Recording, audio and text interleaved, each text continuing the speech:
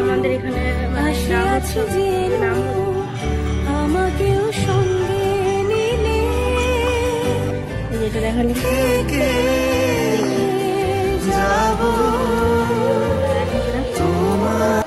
Hello everyone, welcome back to my new video. কেমন আছো তোমরা? আশা করছি তোমরা সবাই ভীষণ ভালো রয়েছো আর আমিও ভালো রয়েছি।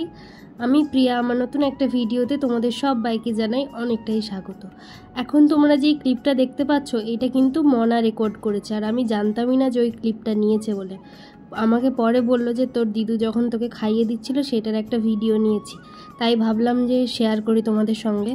আমি রাত্রে রান্না জোগাড় করছি আর দিদু আমাকে ভোগ খাইয়ে দিচ্ছে ঠাকুরের আর কি। তখন যদিও খেয়েছি কিন্তু তাও এখন আবার খাচ্ছি। দিদুর সঙ্গে যখন আমি বসে থাকি তখন খাই, দিদু যাই মানে যেই জিনিসটাই খায় আমাকে দেয় দিদু। আর রাত্রে বানাবো আজকে একটু মাছের ঝোল আর পটল ভাজা, আলু ভাজা, আর কিছু বানাবো না আজকে। আর যখন আমি রান্নার জোগাড় করছি এত পরিমাণ মেঘটা উঠেছিল, দেখো রান্নাঘরে রান্না করতে এসেছি আর বৃষ্টি হচ্ছে, বাইরে প্রচুর বৃষ্টি হচ্ছে। আমি আর মনা এই ঘরটায় রয়েছি আর বৃষ্টি এনজয় করছি আর রান্না করছি।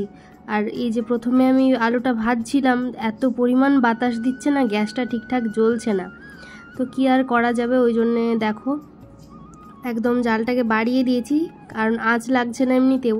যদি আবার গ্যাসটা কমানো থাকে তাহলে তো আর রান্নাটাই হবে না। তোমাদের দাদাভাইয়ের সঙ্গে আজকে তেমন একটা কথা হয়নি, কারণ আমি ভীষণ ব্যস্ত ছিলাম সারাদিন, আর ঘুমিয়ে পড়েছিলাম যখন একলা লাগছিল ভীষণ, তখন ঘুমিয়ে পড়েছিলাম।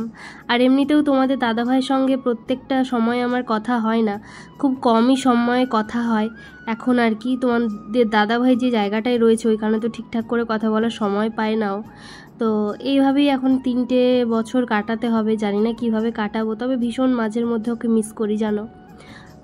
তোমাদের দাদাভাই আগে প্রত্যেক দিন আমার ব্লগ দেখতো, এখন প্রত্যেক দিন ব্লগও দেখতে পায় না, কারণ ও ব্যস্ত থাকে, কি করে দেখবে, আমার সঙ্গে কথাই হয় না, সেখানে ব্লগ দেখার আশা করা তো বিলাসিতা মাত্র। সত্যি আমার মাঝের মধ্যে মনে হয় যে তোমাদের দাদাভাইকে যদি প্রত্যেকটা দিন একবার দেখতে পেতাম তাহলে বেশ ভালোই হতো, কিন্তু কি আর করা যাবে, প্রত্যেকটা দিন ও ভিডিও কল করার সময় পায় না, তাই করে না।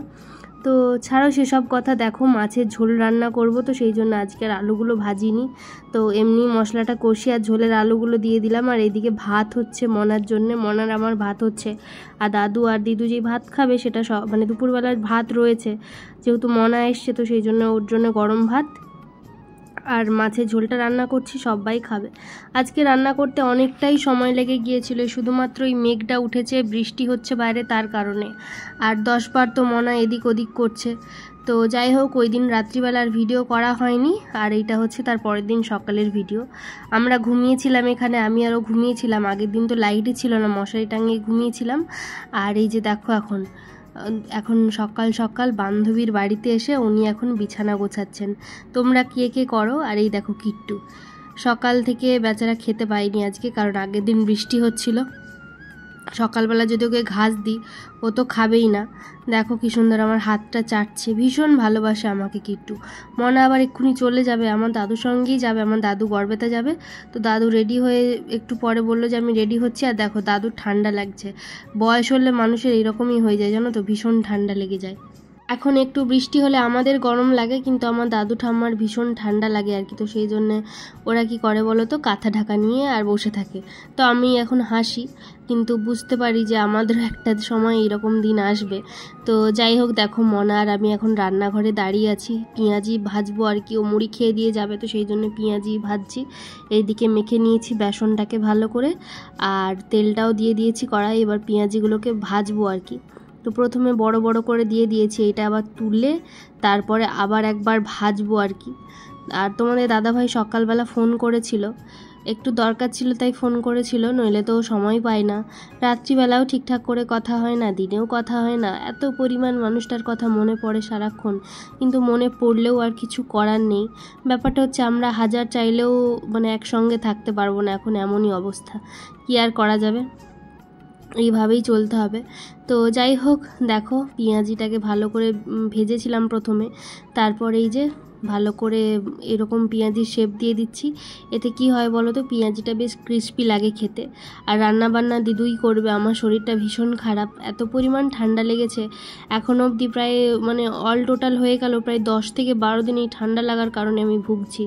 এখন মনে হয় যে কেন আমি 2 বার মানে স্নান করেছি, আর যতই গরম লাগুক যদি গাটা মুছে নিতাম তাহলে এই জিনিসটা হতো না। আর এই দেখো আমাদের এখন গ্রামে যে পুজো হচ্ছিল বললাম না, তো ধুলোট বেরিয়েছে, তো ধুলোট দেখাচ্ছি তোমাদেরকে। আমাদের বাড়ির সামনে দিয়ে চলে গেছে কিন্তু তাও দেখাচ্ছে। এই দেখো সবাই কি সুন্দর মজা করছে, বাতাসা ঘোরাচ্ছে। তারপরে আমার এই যে আবির দিয়েছে আমার একজন বন্ধু, আমার গালে একদম আবির ভর্তি করে দিয়েছে। মাথাটায় দিচ্ছিল কিন্তু মাথাটায় বললাম যে দেখ একদম দিস না, কারণ ভীষণ ঠান্ডা লেগেছে। আবার যদি আবিরটা দিস মাথায় তাহলে আর আমাকে মানে কথা বলতে হবে না কারোর সঙ্গে। তো সবাই একে একে যাচ্ছে। আগে কি হতো জানো তো, আগে হচ্ছে সবার বাড়িতে বাড়িতে ঢুকতো ঠাকুর, কিন্তু এখন মেন রাস্তায় যায় সবাই, ওইখান থেকে আর কি যার মানে হলুদ, তারপরে হচ্ছে টাকা, তারপরে বাতাসা সব কিছু নিয়ে যায় আর কি। আর সকাল সকাল আর কি স্নান করিনি ভাগ্যিস। আর এমনিতেও জানো তো আমার এখন আবিরে হোলির শ্যুট করেছিলাম তখন কিন্তু ঠান্ডা লাগেনি, কিন্তু এই ঠান্ডা লাগার সময় যদি আবির তুমি খেলো না আরও বেশি তোমার ঠান্ডা লেগে যায়। আর এইখানটায় যে আমি কি বলছিলাম নিজেও জানি না। আমি বলছিলাম যে এরকম আমার একটা ফ্রেন্ড আমাকে আবির মাখিয়েছে আর কি, আমার সঙ্গেই পড়তো, তো ওকে তিলক আমি কেটে দিয়েছিলাম। ও আবার আমাকে বলছে দাঁড়া তোকে একটা তিলক কেটে দিচ্ছি। একটা সময় ছিল জানো তো সবাই মিলে যখন টিউশন পড়তে যেতাম, কিন্তু এখন দেখো আমি মানে আলাদা, সবাই আলাদা, যে যার কেরিয়ারে ফোকাস করেছে। আমার বিয়ে হয়ে গেছে, আমার কত বান্ধবীর বিয়ে হয়ে গিয়েছে।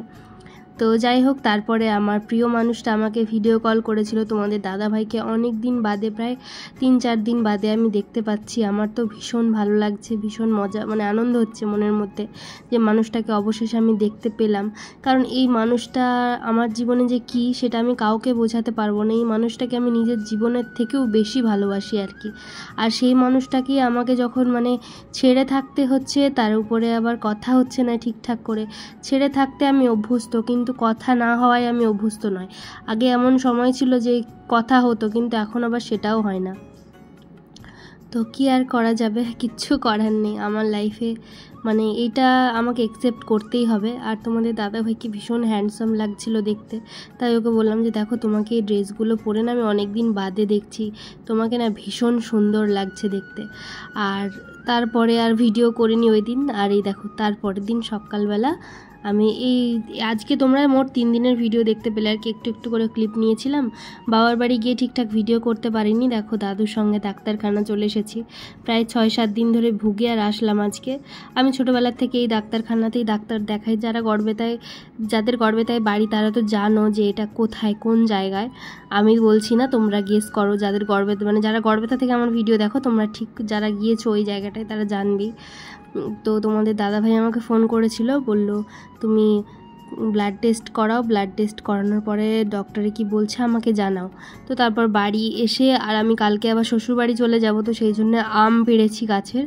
আমাদের গাছের আম দেখো, এতগুলো আম নিয়ে বসেছি, কারণ শাশুড়ি মার জন্যে নিয়ে যাব, শ্বশুরবাড়ি সবার জন্যে মা আমের আচার করবে, তো সেই জন্যেই আর কি নিয়ে যাব। আর আমাদের গাছের আমগুলো অনেক হয়েছে, আমি প্রায় অর্ধেকই নিয়ে চলে যাচ্ছি, কিন্তু বাকি অর্ধেক রয়েছে। আবার যখন পাকবে তখন এসে খাবো আর কি আমের সময়। আগের বার তো তেমন একটা খেতে পারিনি, কিন্তু এইবার বেশ জমিয়ে আম খাবো, বাড়ির আম। তো তোমরা সবাই ভালো থেকো, সুস্থ থেকো। আর আজকের ভিডিওটা যদি ভালো লেগে থাকে তাহলে অবশ্যই লাইক করে দিও। আজকের ভিডিওটা খুব একটা বড় হলো না, কিন্তু কাল থেকে আবার তোমরা বড় ব্লগ দেখতে পারবে। শরীর অসুস্থ বলে কোনো ভিডিও করাই হয়নি, আর এখনও অবধি আমার গলার উপর এফেক্ট পড়েছে, গলাটা ঠিকঠাক হচ্ছে না। তো চলো আজকের মতো এখানেই শেষ করছি, দেখা হবে কালকে আবার নতুন একটা ভিডিওতে।